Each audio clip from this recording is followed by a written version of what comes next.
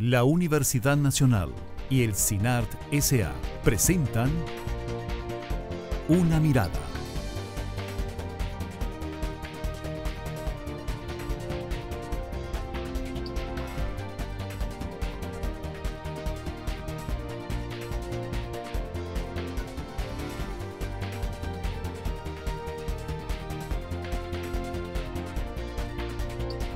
Una Mirada. Hoy.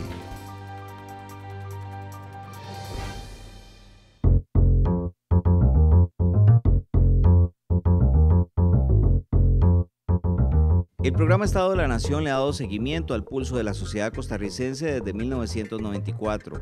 20 años después, y luego de hacer menciones en sus informes anuales, presenta el primer informe del estado de la justicia en Costa Rica. La tutela al derecho a la salud por parte de la Sala Cuarta, el derecho laboral y el derecho penal son temas donde los investigadores han dado énfasis. Hoy, Una Mirada analiza el primer informe del estado de la justicia en Costa Rica.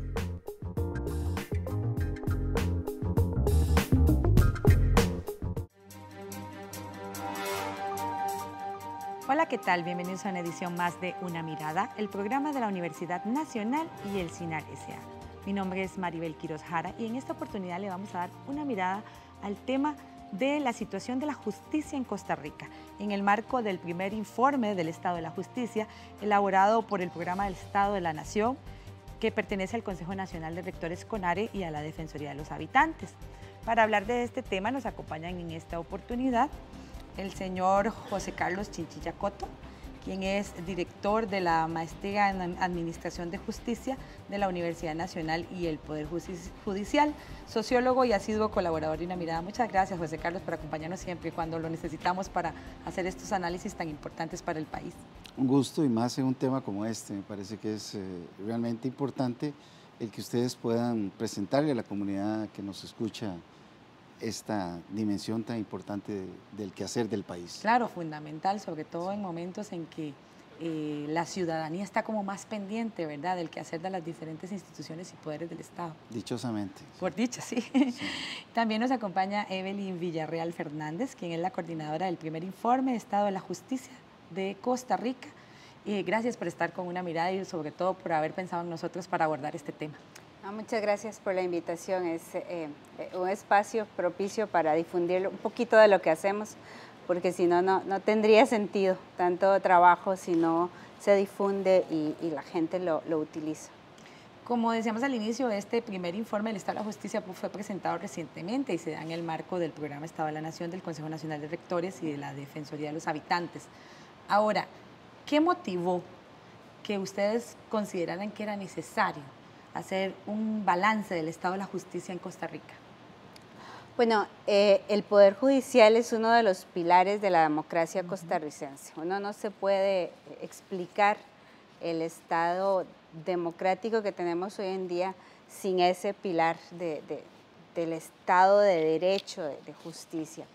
Y sin embargo, es uno de los campos del sector público en el que sabemos menos y tenemos menos información de lo que está pasando, de cómo está desempeñando el Poder Judicial todas las funciones, que son muchas, valga decir, que le hemos ido encomendando.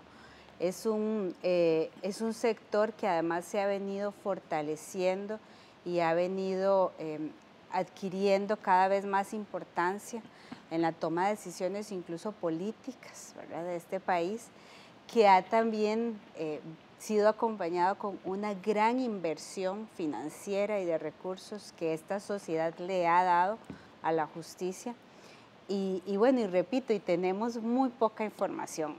En los estados de la nación que publicamos cada año siempre hay un apartadito dedicado a administración de la justicia, pero ese apartado se nos quedaba muy corto. Era una cosa muy descriptiva, muy general, de totales, de promedios, y la gente, la verdad, la ciudadanía que cada vez pide mejor y más información. Entonces, eso no nos dice qué está pasando con la justicia, sobre todo ante los crecientes cuestionamientos que tiene la ciudadanía sobre ese poder. Así que bueno, hubo como un momento en donde se juntó esta necesidad de más información con además un poder judicial que, hay que decirlo, mucho más abierto a una crítica externa y que permitió que se firmara un convenio entre el Programa Estado de la Nación y el Poder Judicial para iniciar esta investigación. Este convenio incluyó un financiamiento para las investigaciones, para una parte de las investigaciones, y también incluyó una cosa muy importante que fue el acceso a la institución, a una gran cantidad de información que tal vez de otra forma nos hubiera costado más tenerla, pero como fue un mandato, digamos, del Poder Judicial que le hicieran este autoexamen, tuvimos ese acceso muy amplio. Un estudio muy importante, sobre todo por ser una iniciativa del Poder Judicial en aras de la transparencia y la rendición de cuentas. Sobre este tema, Una Mirada conversó con Eduardo Castellón, vocero del Poder Judicial, para quien la transparencia en la gestión, hallar yerros y señalar aciertos son parte de los objetivos establecidos entre el Poder Judicial y el Estado de la Nación en la elaboración de este primer informe del Estado de la Justicia en Costa Rica. Bueno, esto es parte de las políticas de transparencia que ha adoptado la presidenta de la Corte Suprema de Justicia, Zarela Villanueva, queriendo que investigadores tan serios como los investigadores del Estado de la Nación hicieran una investigación a lo interno del Poder Judicial para generar este primer informe del Estado de la Justicia, que lo que tiene como finalidad es precisamente que con ojos externos se nos haga una evaluación que nos pueda señalar de forma precisa cuáles son esos lugares donde hay que hacer ajustes o donde podrían haber carencias y qué cosas también están bien para poder redirigir y reorientar los esfuerzos de la Administración de Justicia. Entonces, realmente lo que se ha querido con este Estado de la Justicia es eso, es acercar más al pueblo, que el pueblo sepa que el Poder Judicial es una institución transparente, donde se hace un análisis exhaustivo, en este caso por los investigadores del Estado de la Justicia, y donde se dan unos resultados muy interesantes y donde evidentemente señalan algunas cosas en las que se ha trabajado muy bien, donde hay esfuerzos y reconocimiento importante, y señalan algunos otros puntos donde también hay que hacer ajustes. Una apertura que definitivamente fortalece tanto la gestión del Poder Judicial como la democracia en general, José Carlos. Bueno, tenemos que entender que el Estado, en general, las instituciones del Estado, van a abrirse o cerrarse según la dinámica que la sociedad misma plantee. Una ciudadanía activa, pobladores y pobladores que reclaman mejor calidad en la administración de justicia, mejor calidad y más transparencia en las instituciones del Estado en general, de alguna manera toca y presiona para que quienes conducen las instancias, en este caso del Poder Judicial, tengan el interés y la obligación, de alguna manera, de conocerse mejor. Y mucha de la información que se trabaja por parte del Estado de la Nación es y estaba ahí. Lo que pasa es que requería un procesamiento, de alguna manera, y una sistematización. Creo que en ese sentido el interés real y efectivo de quienes conducen el Poder Judicial de conocerse mejor es fundamental precisamente para redireccionar procesos, para invertir mejor los recursos, para dar una respuesta más efectiva a lo que la sociedad costarricense requiere. Y en ese campo nada mejor que hacer unas alianzas con las universidades del Estado y específicamente con el proyecto del Estado de la Nación para tener una primera aproximación, porque efectivamente, tal y como aparece en el documento, es una primera aproximación que permite, de alguna manera, conocer algunos de los aspectos importantes de cuál ha sido el desarrollo y el quehacer de la Administración de Justicia. Pero ciertamente creo que tenemos que visualizar esto como un paso adelante hacia la transparencia y hacia la necesidad de que la ciudadanía conozca realmente cómo funcionan las instituciones, porque solo así realmente podemos tener una ciudadanía con capacidad para exigir y demandar la calidad en los servicios, que en última instancia es el mejor contralor de cualquier proceso estatal. Y una ciudadanía que ha crecido mucho en la demanda y en la necesidad de que le sean rendidas las cuentas para la toma de decisiones. Más que nunca, tal vez hoy la gente reclama por una justicia pronta y cumplida y recurre a cualquier medio que sea necesario para que se cumpla con esta demanda. Y precisamente, y tal vez creo que es uno de los elementos más importantes del documento, que permite en dos áreas, básicamente penal y laboral, junto con elementos generales del esfuerzo que ha hecho la institución por mejorar. Hace 30 años, esta discusión de hoy hubiera sido imposible. El Poder Judicial era una cúpula cerrada, digamos, prácticamente se sentía pero no se veía, se conocía pero no se sabía qué ocurría adentro. Ha habido una voluntad de transparencia. Don Luis Paulino Mora ha jugado un papel histórico en la institucionalidad de este país al abrir el Poder Judicial, al mismo tiempo que, dadas las nuevas leyes y condiciones de trabajo de quienes administran propiamente la justicia, también ha permitido que jueces, juezas y funcionarios en general del poder también se conviertan en una voz hacia la ciudadanía. Cuando yo decía que no se sabía mucho del Poder Judicial, quiero hacer dos aclaraciones. Una, que probablemente este es el Poder Judicial que tenga las mejores estadísticas de América Latina, las mejores estadísticas judiciales, las más completas por lo menos, y disponibles y accesibles. Todavía nos falta mucho en este tema de estadísticas. Creo una de las sugerencias que hay en el informe es que hay que pasar a un nuevo tipo de procesamientos de estadísticas, ya dejarlo de las tablas de Excel de lado, eso eran estadísticas del siglo pasado, y mejorar. Pero aún así, digamos, hay que reconocer que producen muy buenas estadísticas y muy completas. Y la segunda cosa que quería aclarar es que si usted le pregunta a cualquier ciudadano, van a tener una opinión sobre el Poder Judicial. Probablemente todo el mundo opina sobre el Poder Judicial, el taxista, sí, el pulpero, todo el mundo, pero su opinión y estas opiniones en general están basadas en casos específicos, en lo que nosotros llamamos la casuística. Un caso que generalmente son los que sacan los medios de comunicación y es en donde hay fallos, además fallos muy evidentes del sistema. Ese caso es el que les da pie para generarse toda una opinión sobre una institución que recibe 500,000 casos al año. Entonces usted se hace la idea de cómo es esa institución con solo un caso. Entonces, ¿qué es lo que quiere el informe? El informe es justamente una plataforma para empezar a tener este tipo de discusiones, pero con base en información general de qué está pasando en todo el proceso judicial y no solamente en casos sonados de alto perfil y bueno, que es lo que la población tiene acceso. Es como ponerles estas estadísticas que se generan de una manera más procesada, ¿verdad? Más digerida, pero también hay una gran cantidad de información acá que va mucho más allá de las estadísticas. Por ahora las estadísticas solo nos decían cuánto entraba y cuánto salía y duraciones promedio, eso es básicamente. Ahora este informe con muestreos y todo se puede ver todo el proceso de un caso, a dónde se queda pegado, dónde están los cuellos de botella, las duraciones, pero ya no en promedio, sino las duraciones por tipos de casos. Esa información sí es ciertamente mucho de procesamiento de lo que ya existía, pero otra es muy buena parte de información que ha sido recopilada solamente para este informe.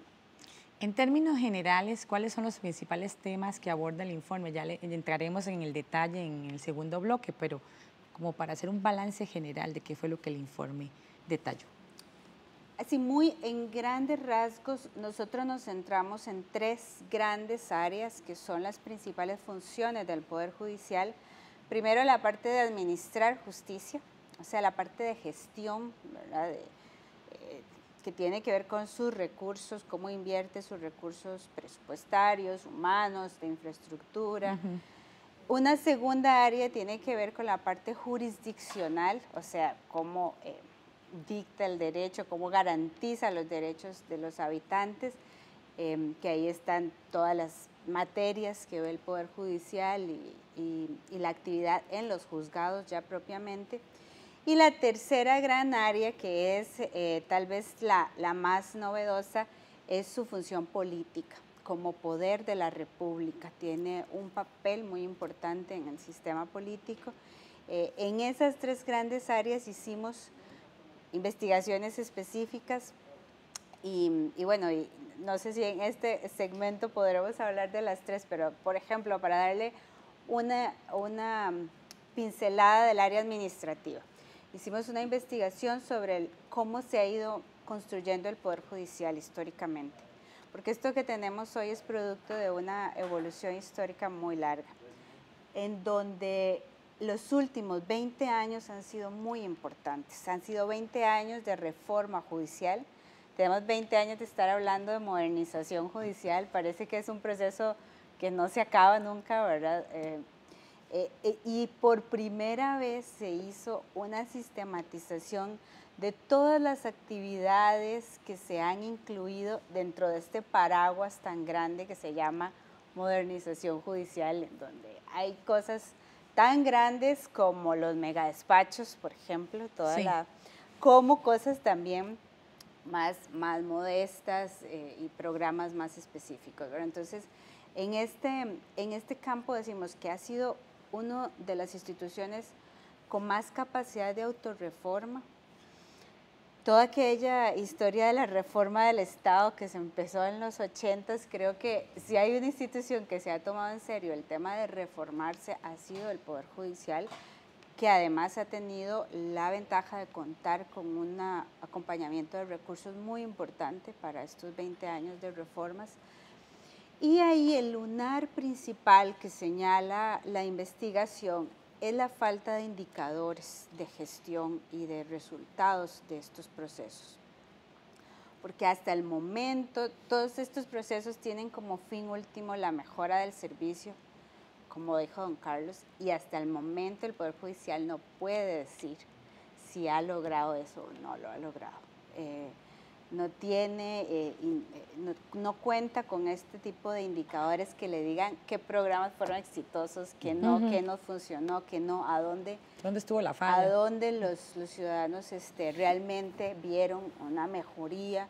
Entonces hay indicadores muy dispersos, unos por acá, o sea, evaluaciones que se han hecho en unos juzgados, pero no en la totalidad del sistema. Sí, y en un momento también muy importante porque si bien la gente está como muy pendiente del tema del Poder Judicial, de la justicia, también cuando se han hecho estudios sobre confianza, siempre son de las instituciones que gozan de mayor confianza entre la población, unos años con más, otros años con menos, pero de alguna forma tal vez esos 500.000 casos reflejan que la gente todavía considera que por ahí puede resolver sus conflictos, aunque por supuesto que hay otras formas de hacerlo. Muy bien, realmente sí, efectivamente, este esfuerzo que se ha hecho es un esfuerzo que en otros países también se ha venido haciendo. En Centroamérica hay un esfuerzo importante de reformas, en algunos países con logros importantes. Yo diría que, por ejemplo, el caso de El Salvador, hay logros significativos en la reorganización a partir de un nuevo pacto político que se genera en el país. Los acuerdos de paz permiten un sistema de justicia cualitativamente diferente del que existía.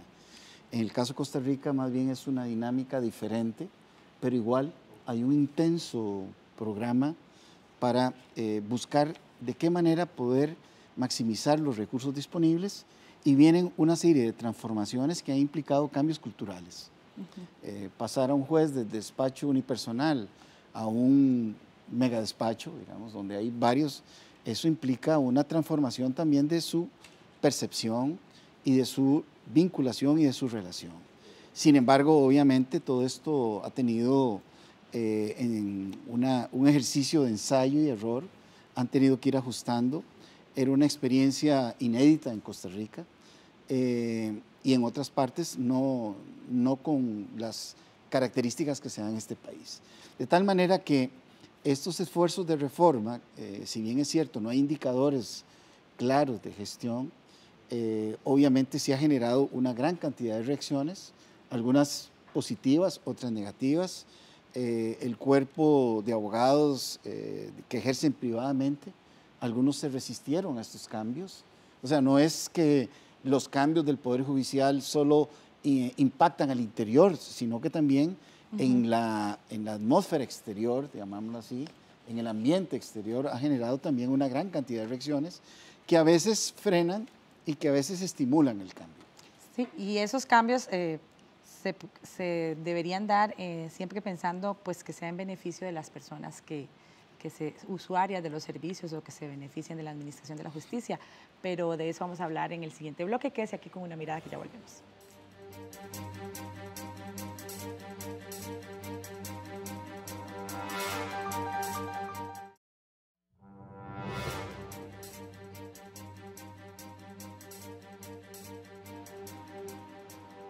Continúa usted con Una Mirada, el programa de la Universidad Nacional y el CINAR S.A. Hoy con un balance del primer informe del Estado de la Justicia en Costa Rica, el cual fue elaborado en el marco del programa Estado de la Nación del Consejo Nacional de Rectores y la Defensoría de los Habitantes. Varios fueron los apartados en los que se dividió el informe. Me gustaría iniciar por el tema del cómo el Poder Judicial evidencia una expansión constante, una diversificación de sus servicios, pero al mismo tiempo una defensa de la autonomía de la institución, sobre todo en el marco de los últimos 2 años tal vez, en los que el mismo Poder Judicial ha denunciado injerencia de los otros poderes de la República en su accionar y que esto pone pues en riesgo su autonomía. Bueno, este Poder Judicial tan independiente como lo conocemos hoy en día, que es, repito, uno de los más independientes y robustos de América Latina, no es producto de algo, digamos, de una ocurrencia de un año para otro, de una administración, sino que es una construcción histórica. Tuvo que pasar casi un siglo, casi todo el siglo XX, en un proceso de consolidación institucional para llegar a ser lo que es hoy en día. Y en este proceso hay 3 cosas que quiero detallar que son muy importantes para explicar esta independencia. La primera es un funcionario judicial que desde muy inicio, en los años 30 del siglo pasado, empieza a crear una cultura, cierta cultura, digamos, institucional y a defender sus derechos laborales y de un ambiente de trabajo adecuado frente al Poder Ejecutivo. Entonces, es un Poder Judicial que desde los 30 se organiza, ya tenía asociaciones de funcionarios judiciales pidiéndole ciertas reivindicaciones laborales al Poder Ejecutivo y con ello, al luchar por sus mejoras laborales, van consolidando paralelamente la institución, o sea, le van dando fortaleza y la van diferenciando como del poder político. Otra cosa muy importante fue la expansión territorial que tuvo. Es un Poder Judicial que siguió a la población. A donde se iban creando asentamientos de población, se iban poniendo oficinas del Poder Judicial. Esto parecería como lógico, ¿verdad? Bueno, pero en muchos países de América Latina no fue así. Habían grandes zonas del país que quedaron completamente vacías de agencias judiciales. En Costa Rica no. Y la otra parte muy importante de esta historia de la independencia es la parte financiera, la parte presupuestaria, que también fue una lucha desde principios de siglo, ¿verdad? Por ir mejorando cada vez más. El Poder Judicial a principios de siglo tenía una asignación de 20 colones por persona. Eran más o menos 200 funcionarios. Y hoy en día tiene una asignación de $140 por persona y son más de 13,000 funcionarios. Entonces, en esta parte de la independencia financiera fue muy importante, por supuesto, la reforma constitucional en los años 50, que le otorgó un 6% fijo, eso le da como, aunque no se cumplió, tengo que mencionar, este 6% no se cumplió sino hasta los 90, pero por lo menos sí le daba cierta estabilidad y previsibilidad a los fondos que iba a recibir y además autonomía para distribuirlos internamente. Ahora la Corte Plena podía decidir a dónde invertía los recursos y en qué temas. Entonces, esto empieza a diferenciar al Poder Judicial como un poder distinto, tanto en materia de régimen laboral, que tiene su propio sistema de pensiones, su propio régimen de contrataciones, como también la parte presupuestaria, la parte administrativa, la empieza a ser una institución distinta al poder ejecutivo y, bueno, por supuesto al legislativo también, pero ahí es cuando se empieza, digamos, a hablar de independencia judicial, que una de las claves, digamos, es la parte de nombramientos de los magistrados, que es eminentemente política, son nombramientos políticos, los hacen los partidos políticos en la Asamblea Legislativa. Sin embargo, la cláusula de cuasi inamovilidad, ¿verdad?, que es muy difícil remover a un magistrado, ha hecho que este órgano, a pesar de que tiene un origen político, cuando ya está en funciones, puede separarse de los partidos políticos porque su trabajo, su puesto no está en juego, digamos, porque toma una decisión contraria al presidente, por decir algo. Sí, y es que ese punto y el otro de que la gente sienta al Poder Judicial cercano, que se rompa un poco con ese esquema vallecentralista que tenemos a veces, que para todo hay que venir al gran área metropolitana, no importa cuántos autobuses y cuánto dinero tenga que usted que gastar. Eso definitivamente fortalece la credibilidad del Poder Judicial y lo hace que la gente se sienta más cercana a él. Sí, es importante señalar lo siguiente, esta independencia judicial es fundamental, ¿verdad? Fundamental para que efectivamente tengamos una garantía de que intereses externos de índole económico no vayan a incidir en las resoluciones judiciales.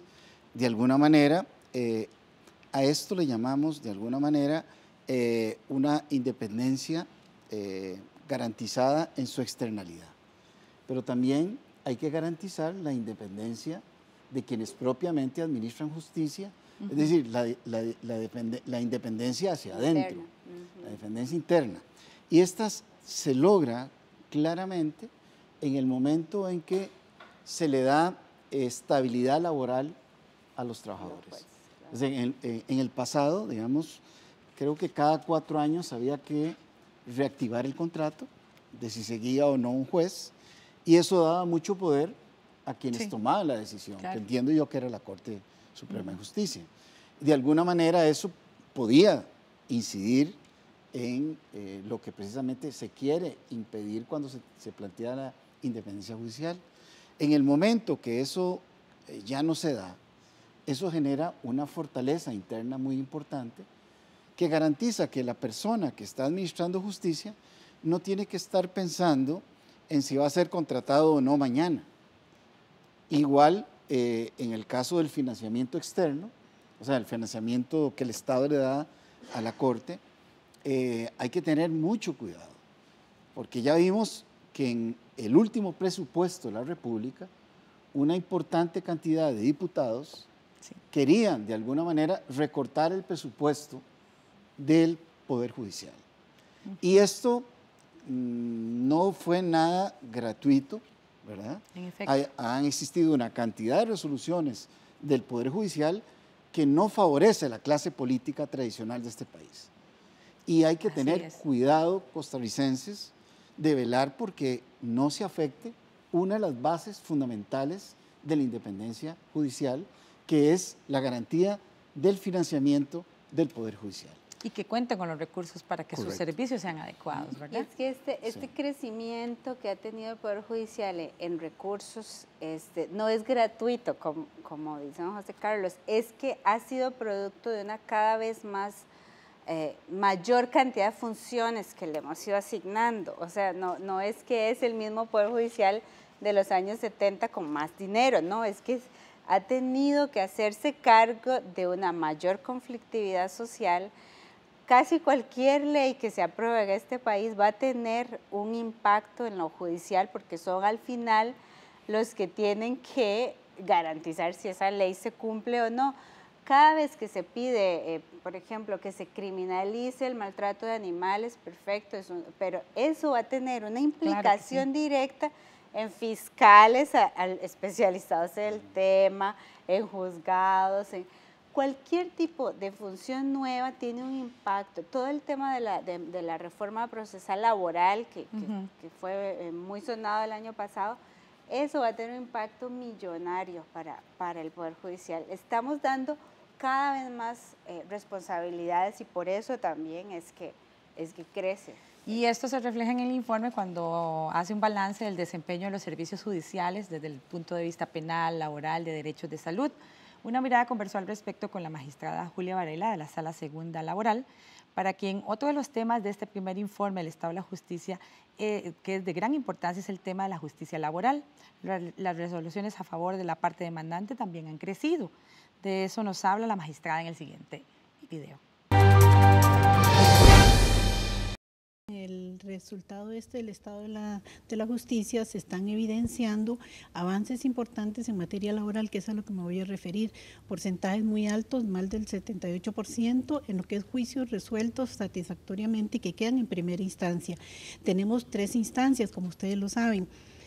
Luego también los tiempos se han reducido considerablemente y hay que agregar a esto algo muy importante y es que ese es un informe que comprende el 2013, pero tenemos esfuerzos institucionales y a cargo de la comisión, la que yo presido, la jurisdicción laboral, que en el 2014 y en el 2015 están puestos en ejecución, que esperamos que se dé un resultado aún mejor todavía en lo que termine el 2015, porque por ejemplo el juzgado de trabajo de Goicoechea, que es uno de los emblemáticos en el tema del atraso que siempre se ha criticado, hicimos esfuerzos institucionales y tenemos incluso, ahí ya es electrónico, los 2 despachos, se dividió en 2 secciones. Están trabajando con un programa debidamente, una comisión de mejora continua, con planificación, con la presidencia que nos ha apoyado para hacer esfuerzos extraordinarios de manera que se pueda llevar una ruta rápida en el trámite y una ruta rápida en los señalamientos. Entonces, creemos que vamos a tener resultados sorprendentes a finales del 2015. Y precisamente este aumento en la demanda de los servicios también pone sobre el tapete el tema del riesgo de una tutela efectiva de los derechos de las y las personas que recurren al Poder Judicial para dirimir alguna situación que consideran les afecta. Sí, nosotros ahí lo que hicimos fue muestrear casos, desde que empieza un caso, todos los pasos que sigue hasta su cierre definitivo. ¿Para qué? Para poder ver qué es lo que pasa en esa caja negra. Generalmente sabíamos qué entraba, ¿verdad? y qué salía, pero adentro el proceso no se conocía bien. Entonces escogimos 2 materias para hacer este estudio penal, que es la materia además que concentra 1/3 de los casos que llegan anualmente al Poder Judicial, y la materia de laboral, que es una materia, digamos, muy sensible socialmente por las personas a las que atienden. En los 2 casos nos centramos en sí, a las partes, a los usuarios, a las dos partes se les estaban garantizando sus derechos del debido proceso mínimos, ¿verdad? ¿Qué significa esto? No queremos saber cuántos tuvieron una sentencia condenatoria, digamos, como el típico, bueno, si no es condenatoria, eso fue que no sirvió la justicia. Sí. Eso no, estamos completamente en contra de ese tipo de enfoque. Lo que queremos saber si sirvió la justicia es si en todo el proceso se le garantizaron los derechos a las personas. Entonces, los resultados de esto es que en la gran mayoría de casos, casi un 60% de los casos se cumplen estas condiciones, o sea, a usted se le respetan y tiene una resolución respetando sus derechos, pero sí nos encontramos que hay 1/3 de casos no es nada despreciable, es 1 de cada 3, en donde encontramos riesgos a esta tutela de derechos. ¿Qué es un riesgo? Por ejemplo, es un fallo, digamos, es un fallo que encontramos del sistema, fallos que se pueden encontrar en el expediente físico, que tampoco es mucho, ¿verdad? Pero, o sea, ahí nos estamos perdiendo de una gran riqueza porque nos tenemos que restringir a lo que dice el expediente físico. Pero aún así, por ejemplo, un fallo es una prescripción, cuando se vencen los plazos y se quedaron las dos partes sin una resolución. Un fallo también puede ser cuando a usted le clasifican mal su caso, por ejemplo, lo desestiman, cuando no tenía argumentación válida para desestimarse. O le declara un archivo fiscal cuando no tenía tampoco el argumento que dice el código para declarar un archivo fiscal. Entonces, estos son fallos del sistema que encontramos, como le digo, en 1 de cada 3 casos. Y estos fallos, una cosa bien importante, es que no son aleatorios, no son errores así como que uno diga, bueno, errores humanos, no. Sí. Estos son fallos que están vulnerando los derechos de ciertas poblaciones en específico, de ciertos casos. O sea, hay perfiles bien característicos de dónde están estos fallos. Por ejemplo, en penal, el tipo de desestimación con delitos sexuales tiene un 80% de probabilidades de caer en esta área de riesgos de tutela. O también las desestimaciones en delitos contra la propiedad, que son esos de, bueno, usted llegó a su casa y no encontró nada, ¿verdad? Se metieron a robar. Estos delitos tienen una gran probabilidad también de caer en riesgo de tutela efectiva de derechos. Entonces, pudimos señalar incluso qué tipo de juzgados. Hay unos juzgados que tienen más riesgo que otros, porque el muestreo fue para oficinas tanto de San José como fuera del área metropolitana. Pudimos señalar también que los casos que duran más son los que tienen más riesgo. Digamos, si usted si su duración empezó a crecer, preocúpese porque su porcentaje o su probabilidad de riesgo también empieza a crecer con los casos que duran más. Así que este tipo de información, como le digo, nos permite particularizar a dónde están las fallas. Ya no es decir el sistema penal no funciona, no, es exactamente qué tipos de delitos, a qué poblaciones, en qué juzgados. Ahí es donde está molestando más el zapato a la Administración de Justicia, y en estas dos materias. En laboral es otro escenario completamente distinto. En laboral, como bien dijo la magistrada Varela, hay muy buenas noticias. La gran mayoría de los demandantes obtiene una resolución de primera instancia, de un juez de primera instancia, y de estos, 2 de cada 3 ven sus demandas satisfechas. O sea, el juez accede a lo que pidió la parte demandante, que generalmente es el trabajador, ¿verdad? Esta es una buena noticia, considerando que casi todos ellos van solos. En esta materia no hay defensa pública gratuita. Muchos trabajadores llevan todo este proceso, no tienen dinero para pagar un abogado, obviamente acaban de ser despedidos o están en situaciones muy complejas y llevan todos estos procesos solos, y aún así logran una alta tasa de resoluciones y exitosas, ¿verdad? Ahí los riesgos están sobre todo en los casos que las partes dejan tirados, ¿verdad? Dejan como abandonados, que son distintas tipologías que no sabemos muy bien. Ahí hay que explorar más por qué los dejan abandonados, si es por problemas en el acceso a la justicia o por...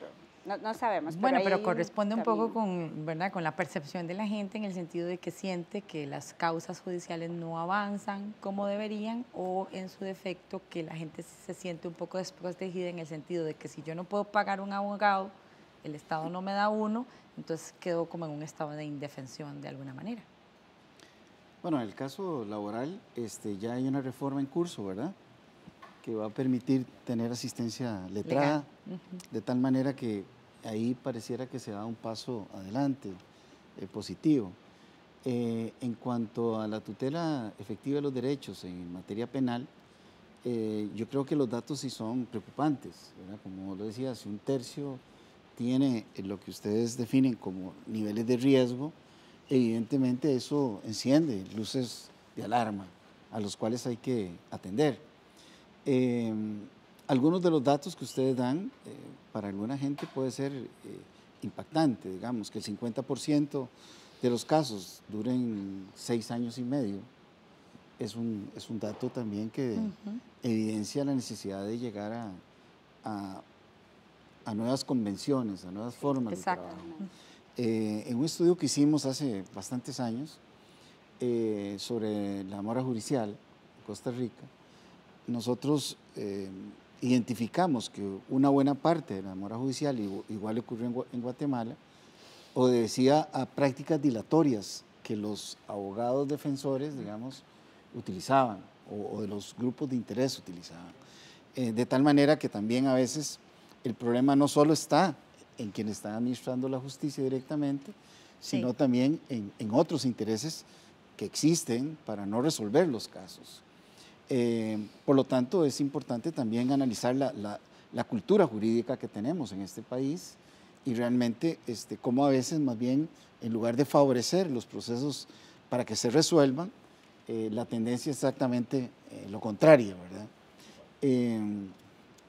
Importante también el dato que plantean ustedes de que solo un 8.7 de las personas que se ven involucradas en procesos penales o indiciados terminan siendo condenados.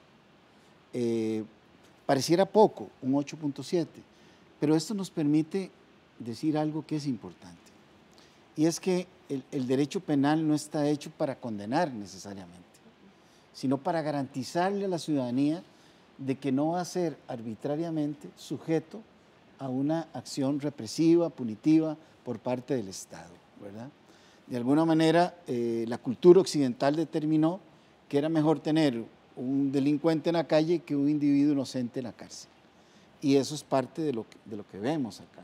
Entonces digo esto porque los datos a veces, si no se tiene el contexto, puede hacer eco de algunas voces negativas que hay en este país que plantean relaciones entre denuncias policiales y personas sentenciadas.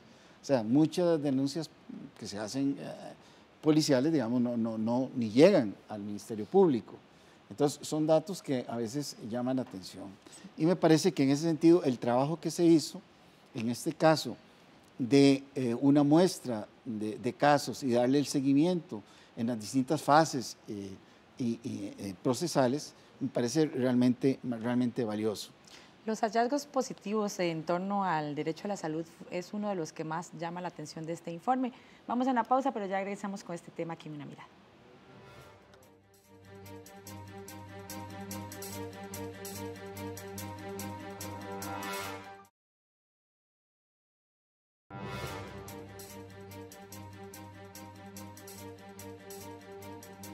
Regresa usted a Una Mirada, el programa de la Universidad Nacional y el CINAR S.A., hoy con el tema de la situación del Estado de la Justicia en Costa Rica, con base en un informe elaborado por el Programa Estado de la Nación, del Consejo Nacional de Rectores y la Defensoría de los Habitantes. Al respecto, uno de los temas que llama más la atención en el informe es el aumento de las resoluciones positivas en favor de los demandantes que reclaman el derecho a la salud. Este fue uno de los hallazgos de este informe y al respecto nos comenta el presidente de la Sala Cuarta, el magistrado Gilbert Armijo. Desgraciadamente, la Seguridad Social a veces no cuenta con los mecanismos apropiados para poder responder rápidamente. Ya lo ve usted en el Hospital México, por ejemplo, con los bypass, digamos. Esto es como la punta del iceberg de lo que nosotros vemos constantemente a través de lo que se analiza en diferentes asuntos que se presentan ante la Sala. Y creo que esto fue lo que analizó también el Estado de la Nación, y por eso es que usted ve que el resultado del Estado de la Nación es un resultado muy positivo en relación a la gente con relación a la Sala. Hay un nivel de satisfacción altísimo, casi un 95%. Eso, hasta yo me sorprendo a veces de que la gente esté satisfecha en ese nivel con la Sala, digamos. Pero en el fondo, Lo que estamos haciendo es simplemente lo que alguien debería hacer. La diferencia en nuestro país, entre nuestro país y otros, es que hay una sala constitucional y que más o menos funciona rápido con respecto a este tipo de problemática. Hay otros países donde esto no funciona, pero desde luego uno solo puede llegar al Tribunal Constitucional luego de agotar toda la vía administrativa, que son años, y a ver si le resuelven algo, digamos. En nuestro caso, el constituyente que estableció la ley de la jurisdicción constitucional fue, digamos, un constituyente muy humano, muy preocupado de las dolencias de la gente común y corriente, y esto es lo que se trata de resolventar a través de los recursos de amparo, principalmente en salud, como en este caso ellos resaltan. Si usted ve nuestros números, han subido considerablemente los casos que se presentan constantemente a la sala. A veces por sesión se votan 20, 30, 40 asuntos de salud.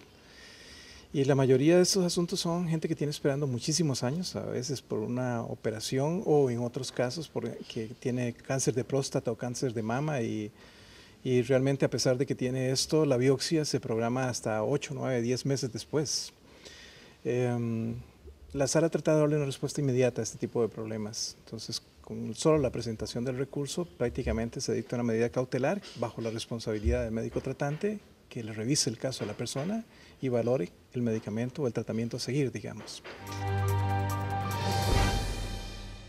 Uno de los temas del informe que llama más la atención por ese protagonismo, digamos, de la ciudadanía que ve en la Sala Constitucional una instancia para hacer efectivos sus derechos en el campo de la salud particularmente.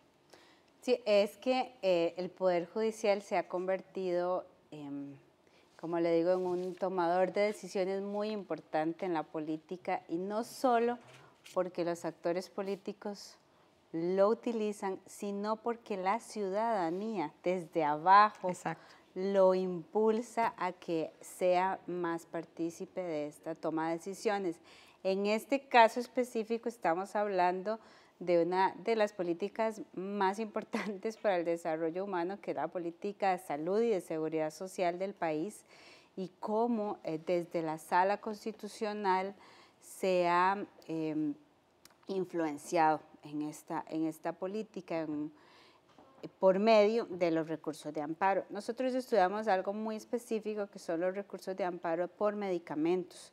Se construyó una base de datos de los últimos 9 años con todos los recursos de amparo de medicamentos que han puesto los asegurados ante la Sala Constitucional. De esos, hay que decir que el 58% la Sala lo ha declarado con lugar. Entonces, es una sala bastante activista, bastante pro asegurado, porque en la mayoría de recursos de amparo este no es el caso, ¿verdad? En la mayoría de recursos de amparo, en términos generales, la sala lo rechaza. En cambio, en el tema de salud, es una sala en donde la mayoría los declara con lugar a favor de lo que está solicitando el asegurado, ¿verdad?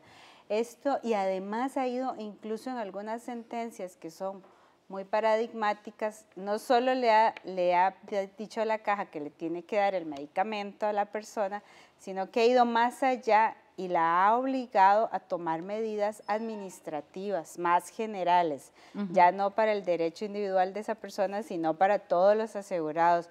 Le ha exigido que haga protocolos para listas de espera, le ha exigido que mejore el sistema de abastecimiento de las farmacias. O sea, cuando la sala ve que ya son reiteradas demandas por una misma problemática, se atribuye, digamos, la prerrogativa de ir más allá y recomendar o exigir otras medidas administrativas. Es bien importante decir que de estos casos que vimos de medicamentos hay de todo. Uno tiene la impresión, también por un poco lo que sale en los medios, de que es cierto tipo de enfermedad, generalmente con cáncer, y bueno, sí, hay una concentración tal vez, pero encontramos que la gente pidió más de 350 medicamentos distintos. Habían algunas sentencias recursos de amparo que eran por crema de rosas. Pero este ya es un problema, no tanto que la caja no lo da, porque sí lo tiene dentro de su lista, sino es de un problema de gestión, de que ya la señora llegó 3 veces a la farmacia y le dijeron que no había, y ya va y pone el recurso de amparo. Es como un quick pass, ¿verdad? Es un mecanismo muy expedito que tienen los asegurados de atacar problemas de gestión de la caja, que sería muy tedioso, tal vez muy largo y complicado si lo hace por los mecanismos administrativos existentes. Tal vez ahí sería importante reconocer que eso que vemos tan puntualmente, en este caso, como parte del mismo informe, digamos, eso es muy puntual, es lo que hace la sala en relación a la ineficiencia e ineficacia que en general tenemos en las instituciones del Estado. Y por eso la gente recurre tanto a la sala. Porque si el Estado tuviese la respuesta que requiere la gente, no estaría tan cargada la sala de recursos. Y es que tenemos que reconocer que la sala es la que ha sostenido el Estado Social de Derecho. Si la sala no actuara como ha actuado, muchas de las garantías que todavía tenemos y los derechos que la gente ejerce y que mejoran su calidad de vida habrían desaparecido. Claro. Entonces, me parece que es muy bueno el ejemplo, pero realmente la sala tiene un trabajo extraordinario en la defensa del Estado Social de Derecho. De ahí el interés que tienen algunos de llamar a una constituyente para quebrar el Estado Social de Derecho. Ahora, no es la panacea, ¿verdad?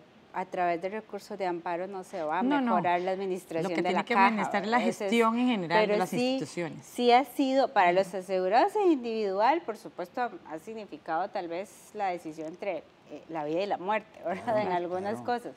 Pero sí hay que decir que no es suficiente, digamos, por vía de recursos de amparo no se va a mejorar la caja o los problemas ya más estructurales del Estado. Sí, no debe ser la forma en que las instituciones mejoren su gestión, debería ser parte de la evaluación permanente de cara a la mejora. Ahora, se nos acaba el tiempo, ¿cuál sería el principal reto que enfrenta el Poder Judicial de una manera muy resumida una vez conocido este informe?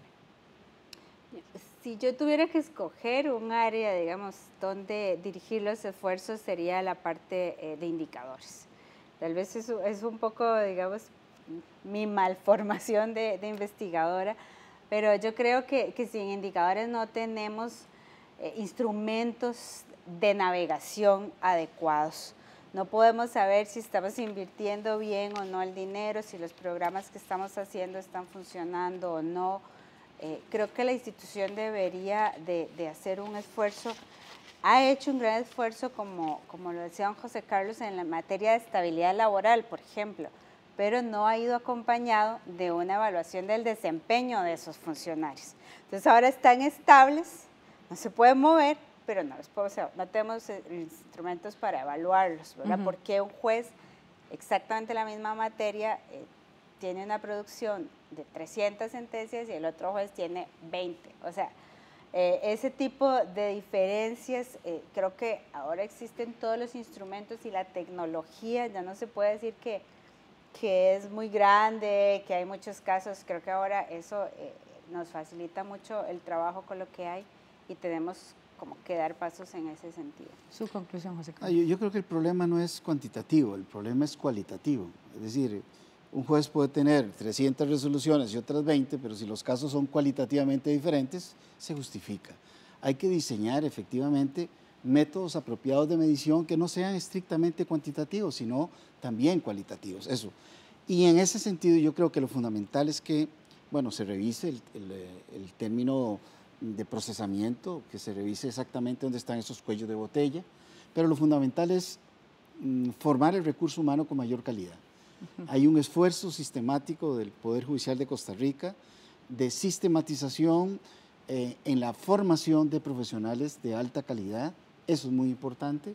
Las leyes pueden ser más o menos buenas, más o menos malas, pero si el juzgador o la juzgadora tiene alta calidad, tiene una visión de su responsabilidad y su función social, el resultado va a ser diferente.